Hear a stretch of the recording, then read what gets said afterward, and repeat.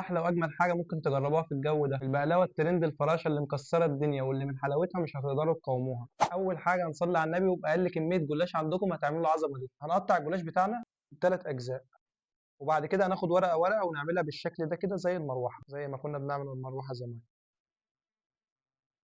هنا كده ونثبتها بقى بخله بالشكل ده كده من تحت، من هنا كده بقى بالشكل ده، شكل القمر ده. الله الله الله على العظمه. وبعد بقى ما خلصنا الكميه بتاعتنا بالشكل الحلو ده نجيب بقى الصواني بتاعتنا ونفردهم بقى فيها بالشكل الحلو ده، نكون دهنينهم سمنه. انزل بقى يا باشا بالسمنه البلدي بتاعتك بالشكل القمر ده يا حبيبي. الله الله الله، بسم الله ما شاء الله. وبعد بقى ما دهناهم بالشكل ده ندخلهم الفرن على درجه حراره 180 لمده 10 دقائق.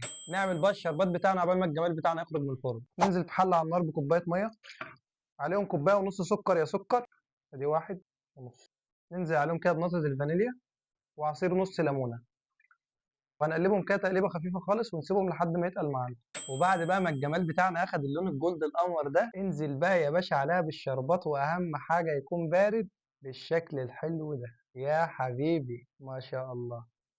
وحرفيا هي كده تحفه مش محتاجه حاجه خالص. بس انا بقى ليا مزاج نجرنشها كده بشويه رافاييلو واوريو بالشكل الحلو ده. بسم الله ما شاء الله.